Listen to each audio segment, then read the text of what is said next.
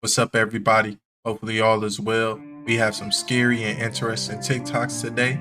Like, comment your thoughts, and hit that subscribe button. We've really been doing our thing. I appreciate everyone, and let's get on Karen to drove past the cemetery with her 3-year-old daughter. Now, they would drive past it every day. 3-year-old would tell her mom that people in there were waving at her. This would go on for a while until they decided to stop driving past the cemetery forever. This is because the daughter mentioned that there was an old lady wanting her to come in there. An aunt asked her niece to draw her imaginary friend for her. And this is what she drew. A humanoid figure with about 10 legs and their head detached. A little girl was playing in the McDonald's playhouse by herself and alone. The mother took this picture of her in the tunnel. To their surprise, in the photo, they saw another child. But mind you, she was playing in there alone. When they asked their daughter who it was, she said, "That's my imaginary friend, Beto." A little boy told his dad he had an imaginary friend. He called him the Hanging Man and said he would visit him in his room every night. And even drew a picture of him for his dad. So the dad hid a camera in the child's room to see what he was talking about and caught this.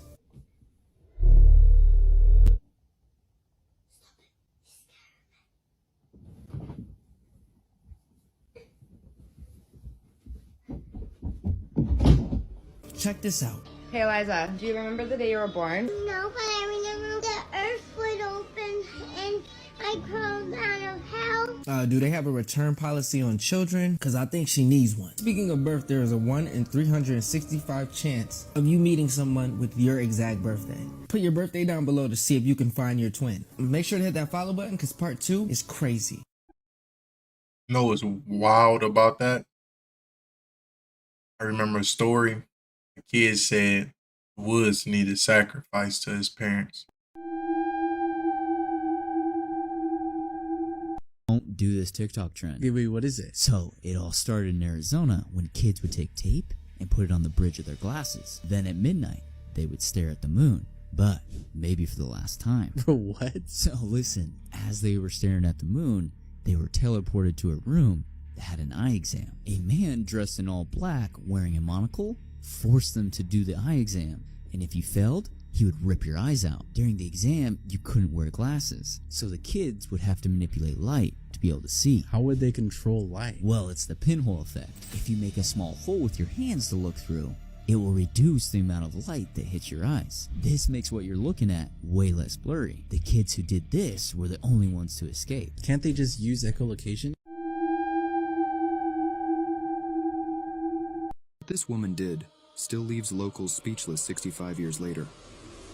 In the small town of Goobersville, Indiana, in the year 1957, a chilling incident unfolded.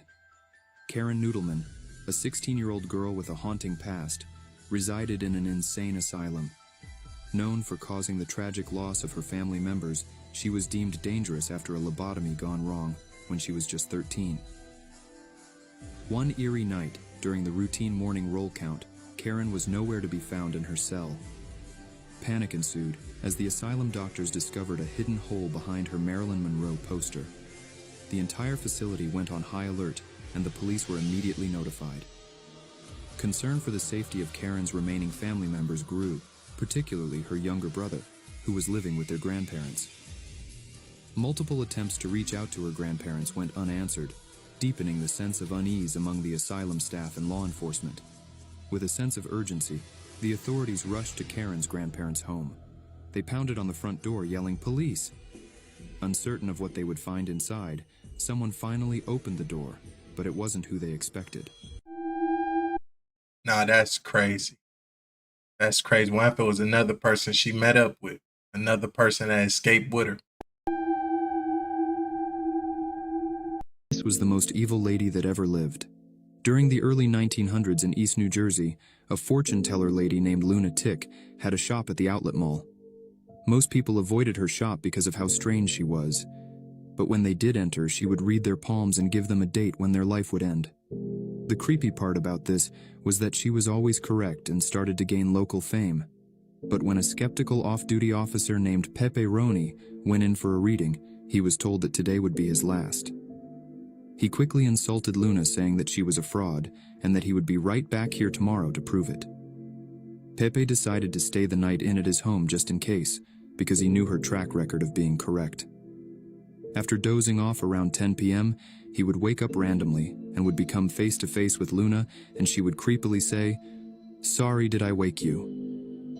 A scuffle between them would happen, and Pepe was able to escape her grasp, but she continued chasing him down the hallway, yelling, "I am just fulfilling your destiny." She was able to catch up to him, and she tackled him down the stairs. When he awoke, Luna was still unconscious on the ground, so he decided to handcuff her to a railing and went out to get help. But when they returned, she was gone. After everyone left, Pepe decided to go lay down and relax. But out of nowhere, he heard a whisper say, "Let's try this again." Man, it would have been hard for me to sleep in the house. Like, I couldn't just lay down after she disappeared like that. Explain the Philip experiment, just so people who don't know. Philip experiment. So in the early 1970s, it was Toronto in Canada. There was a group of researchers / scientists. Their thought was, can we create a haunting? Do we create hauntings? So what they did was they came up with this whole profile of a person who had lived in. Then they started to conduct essentially seances. You know, they would say, okay, do this thing if the answer is yes. Do this thing if the answer is no.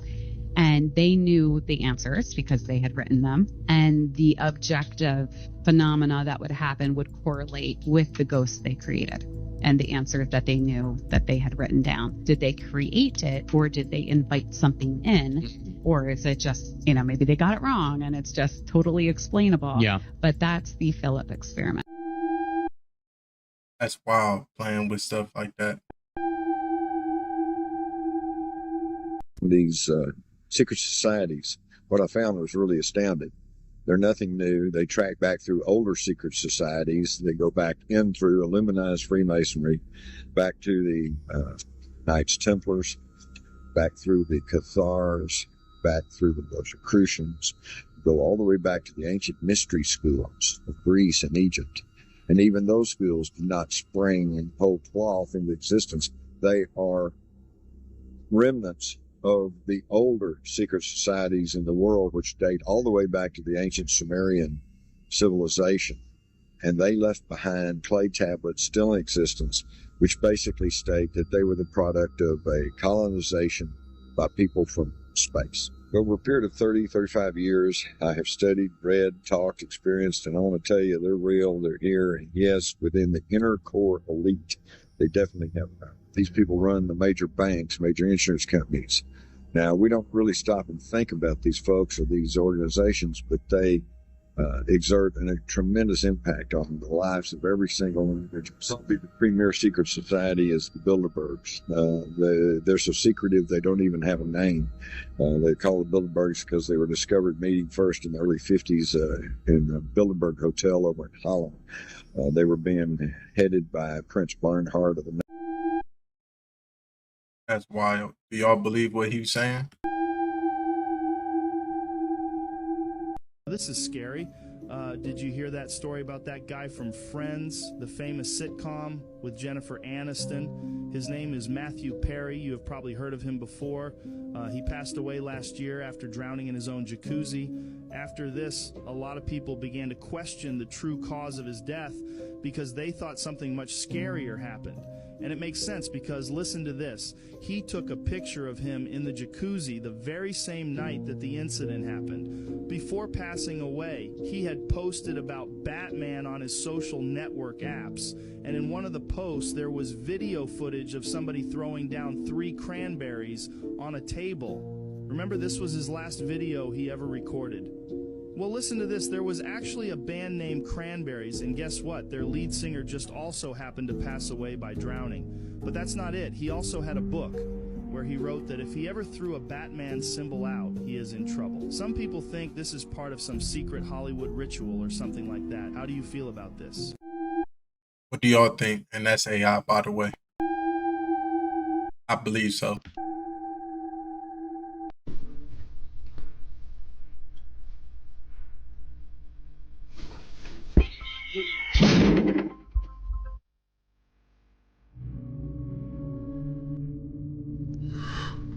So I was walking into the store here, put my hand on the door, and I heard a loud bang and yelling over here at the corner. Just as a cloud of smoke pops up, and I see a guy fall into the ditch, and a 4-foot blade hurling at me as I'm walking to the door.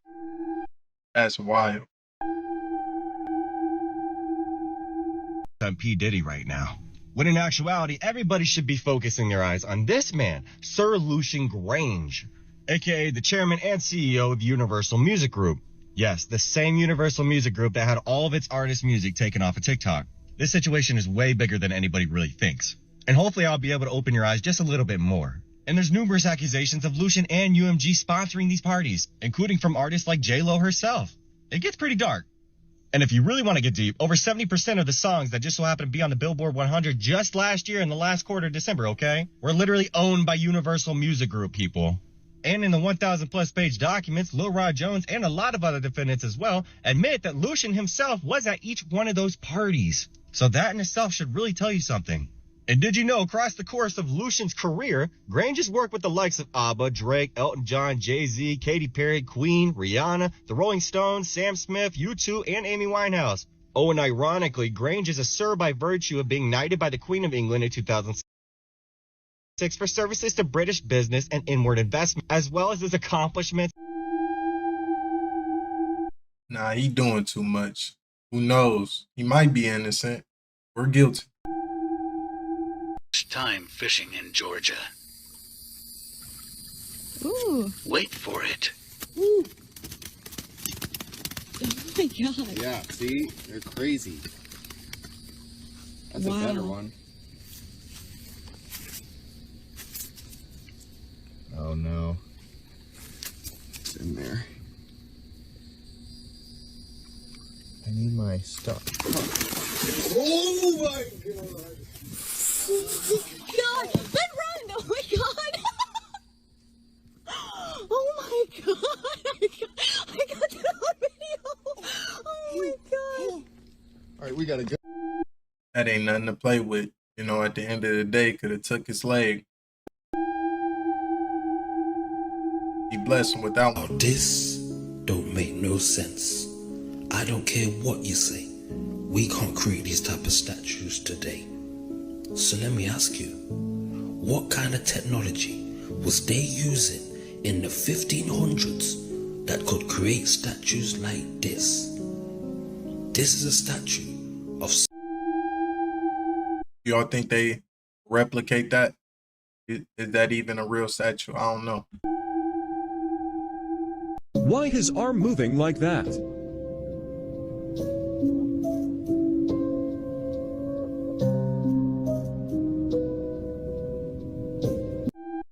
Could be having a muscle spasm. You know, you work out really hard. From my personal experience, sometimes a muscle do some weird stuff.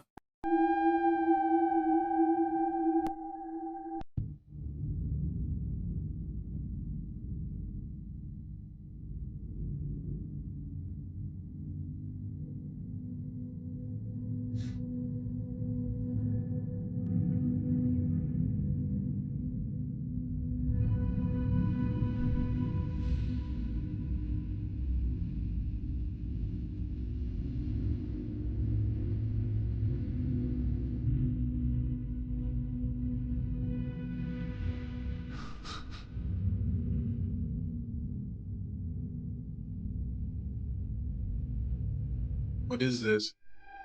That little wild. That little wild.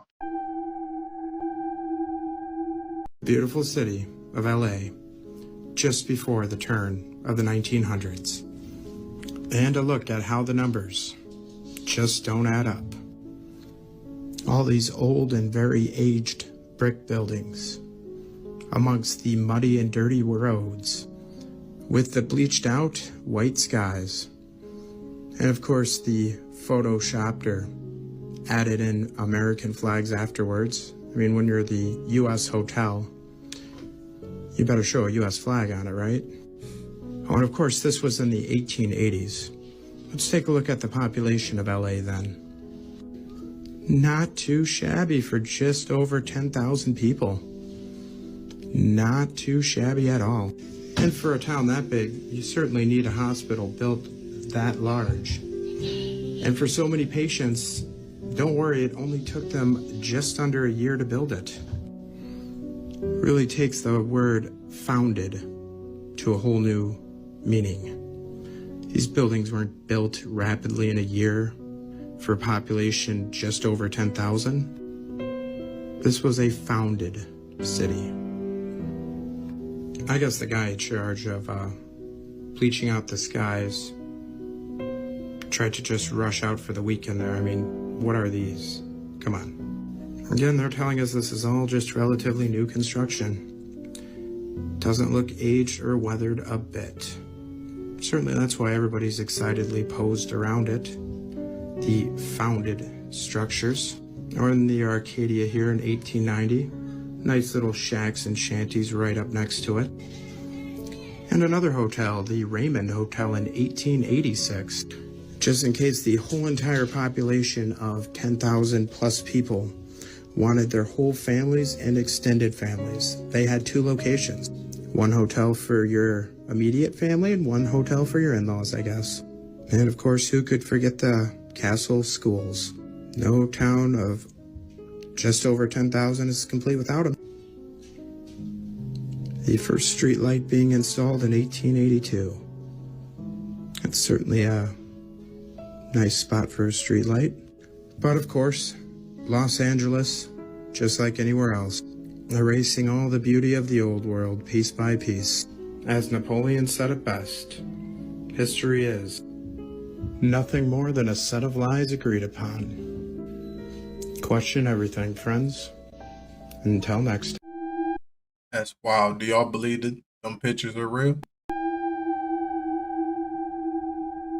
Musk has once again made global news, and you're gonna love this one. The news drama centers around a Canadian news company called CBC, and all the fuss boils down to this label as a government-funded media. Now, even though it's obvious to anyone with internet access that this company receives a substantial amount of funding from the government, the company has decided to throw a total fit, saying that they are no longer going to use Twitter because this suggests that their journalism is not impartial and independent. They honestly want you to believe that receiving over $1 billion a year from the government does not affect their reporting whatsoever. And just like you would expect, the Canadian dictator Justin Trudeau has come out to protect his assets, saying that it's shameful for anyone to attack an independent news media. And even though this has been controversial, I think it's pretty safe to say that any institution that doesn't like transparency is probably trying to hide something. Would y'all agree? If somebody not transparent, they trying to hide something? A guy who wrote a thesis in quantum physics on a very esoteric, complicated problem set, and he asked Claude 3 to solve this problem set, and it came up with his thesis. It was really like extraordinary, and this is something he's like, no one in the world knows this stuff, and he's like, I can't believe this model like came up with my thesis. And that's the sort of thing that very few people on Earth even read or understand, and the Claude 3 model was able to kind of recreate the basis, the build-up, and then the output of his. That's crazy. Is it just something new that it came up with, or is it the information at his hand and it just happened to see it? What do y'all think? This is the largest Andean condor ever filmed. It has a wingspan of nearly 20 feet and stands 8 feet tall. It's incredible. He is filmed with his female, courting her. The Andean condor is the largest bird of prey in the world. This particular specimen is believed to be around 60 years old, meaning it has lived 6 decades with an impressive wingspan and longevity. It was filmed by Andean farmers because the 2 condors landed near their house. The male was courting the female. You can see the male's wingspan compared to the buildings in the background, which is quite impressive. This male weighs about 200 kilos. We're far from small seagulls, falcons, or owls here. This is a super predator with incredible longevity. Look at the pink colors on its neck, its enormous beak, its white collar. It's magnificent. It's fascinating to see such a large and majestic animal interacting so closely with humans. The farmers who captured this unique scene are very fortunate. Wow. This is an amazing sight. Oh my God, look how long This thing is probably at least 50 feet long. No, it's longer than that. It's got to be like the dinghy's 15 feet. It looks like a Chinese dragon. Now you see where sea dragons came from. Yes, oh, it's beautiful. She's dying. I wouldn't mess with her. They die. When they come to shallow water, they're dying. They're very deep water fish. Sightings are extremely rare, and this video is the only time the creature has been filmed alive. First sighted, washed up on a beach in Bermuda in 1860, the fish grows to a length of 30 feet. Unlike the fearsome sea serpent, the oarfish is toothless and quite harmless. They may be sick, they may be damaged, but they are certainly fascinating to look at. As you see this silvery ribbon of a fish, it's not difficult to imagine how sea serpent stories could have grown. That thing looked like a big tuna fish. So here's a video of a U.S. Marine using a bird drone that's actually flapping its wings and flying through the air. Now, apparently, China's been using drones that have characteristics of actual birds for quite some time to be used in urban environments because it would be natural, covering concealment on cause like hiding in plain sight, because it doesn't look like a drone from far away. And you would know it was a drone until you were holding it right in front of you. But they could still conduct reconnaissance with it and do whatever they wanted with it. Apparently back in 2018, they had a government program code named Pigeon, creating drones that look like birds. Now, they didn't disclose whether or not they were going to be intended for operations in urban environments. Engineers from the Middle Kingdom created a mechanical flying bird wing, 1,600 grams, with a mechanical wingspan of 2 meters. And it was powered by a lithium battery and was able to stay in the air for an hour and a half. Do you think they've been using these in the U.S.? Comment below. They have. Crazy as this. As far as you can see, just rocks. Dude, I wonder how many layers of rock this is. Dude, it's insane. Not even the trees have grown through. That's what I'm saying. Like, just. That's interesting. Alright, so I thought I'd let TikTok in on a little secret I found out. Out here in the panhandle of Texas, we've got these bags. As you can see, they're stretched out a long ways. What we're doing is the government has us out here catching the wind and backing it up. So all these bags, as far as you can see, have wind in them from yesterday. And then we'll bag today's wind as well. And that way, on non-windy days, they can release it and keep the breeze blowing. It's a new project, as you can see. I mean, we're in a government facility with a nice fence, barbed wire on top. Yeah, I just thought I'd let TikTok in on this. It's kind of mind-blowing to me. That sounds crazy. I ain't got nothing to say. What y'all think about that one? Sigama. Tevrema po brăveșdiș tu sinman tetke. Enge und geniandos dog sisi kukula namen vremenesto. Stelogla hamalana lelo lendile enkren in stelets karatak. That's fake. You can't tell me out here saying that. They did some like voiceover or something.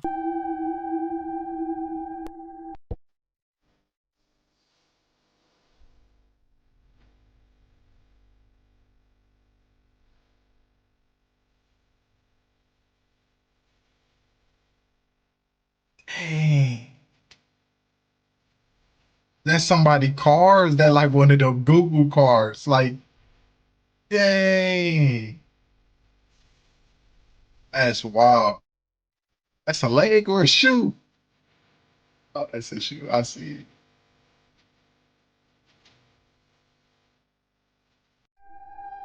Run. Where did Adam and Eve actually come from? There is a theory that the Adam and Eve we know today actually came from another world. Well, you see, the theory goes that aboard the ship Eden, Adam and Eve were on a mission to colonize a new world, to start a new life. However, the ship's AI system named Satan initiated a crash landing on a planet that would later be known as Earth. As Eden was damaged, Adam and Eve were forced to leave the ship and start a new life without resources and no contact with their original civilization. But to make matters worse, the radiation from the AI Satan had already poisoned the ground, making it so much harder for Adam and Eve. Even though this version of the story is way different from the original version in the Bible. I don't know. I think that's somebody's fantasy, overwriting the Bible. So that's crazy. Interesting, but crazy. A new study shows the world's richest 1% account for more carbon emissions than the poorest 66%. What responsibility do you think the super rich have to act in a sustainable way as we see so many of these climate impacts falling on the backs of the world's poor? Yeah, so, I spend about $9 million a year, so I'm buying sustainable aviation fuel and to cancel out my footprint. I wouldn't claim in any way, that means I can leave the problem alone, because I should use my skills and money to drive innovation, so that this problem doesn't just get solved for my emissions, it gets solved for everyone's emissions. I hope more people of wealth get involved in this, just like, I hope they get involved in philanthropy. And man, he be talking some great circles, boy. He be Mr. Circle. U.S. Space Force, yeah, that's still a thing. Yeah, now they've got a new unit to track foreign threats to our satellites, I guess. Yeah, I'm sure that's real true. But who cares really about that? Like who has any idea what these people are doing? Look at their new logo. You see that? Let's take a closer look. Yeah, there you go. Nothing says US of A better than, an Egyptian god. Apple pie, the 4th of July, and, King Tut. What is going on? For real. So we got, one side of the light, one side of the dark. You got the duality. We got the stupid Star Trek logo that everyone made. That's wild. What y'all think about that? I finally worked out why you were all asking me if we are restarting the LHC on April 8th. Hi, my name is Clara and I am a particle physicist working on the Atlas experiment at CERN. In fact, I've just finished a night shift in our control room. And I've now finally understood why I'm getting these messages saying, are you starting the LHC on April 8th? It's because the solar eclipse in the US also happens to be on April the 8th. Just to let you know, well, the LHC is already back on. We've been having beams back in the accelerator since the beginning of March, specifically March 8th, and we have been commissioning the Large Hadron Collider, which means checking that all of the settings and everything's running properly before we do the collisions for data taking, and that's what's happening on April 8th. So we have already been doing test collisions, but it's the regular running that starts on April the 8th, and it's the same thing that happens every year. It just happens to coincide with an astronomical event, but it could be that we are ahead of schedule and it might even happen a day earlier. It could be that extra things need to be tested. It could be a day later. So the timing is a... You know what's crazy about that, y'all? She look like the woman that's like on them scary horror movies. She opening up portals, going places she shouldn't be going. She just give me them vibes. Yo, can somebody explain to me what the hell is that? Where is it? What is that, yo?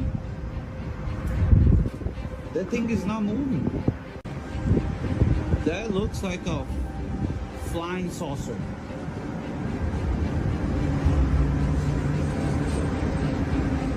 What is that? The thing is just not moving at all in the sky.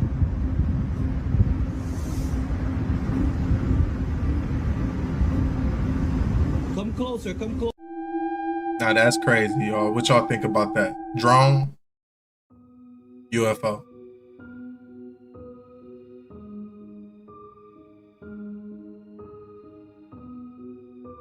Now this right here could be a person on the building, excuse me, or a person, a witch, who knows? Broomstick, boat action, flight action, levitation action. I just all types of actions. That's kind of strange. I ain't got that type of curse to be playing with stuff. Some of the smoothest criminals fell from buildings. I won't be one of them because I don't like being that high up anyway. Appreciate everyone for tuning in. Like, comment your thoughts, hit that subscribe button, and I'm going to continue to work on the content and elevate. Thank you, family. Catch y'all next time.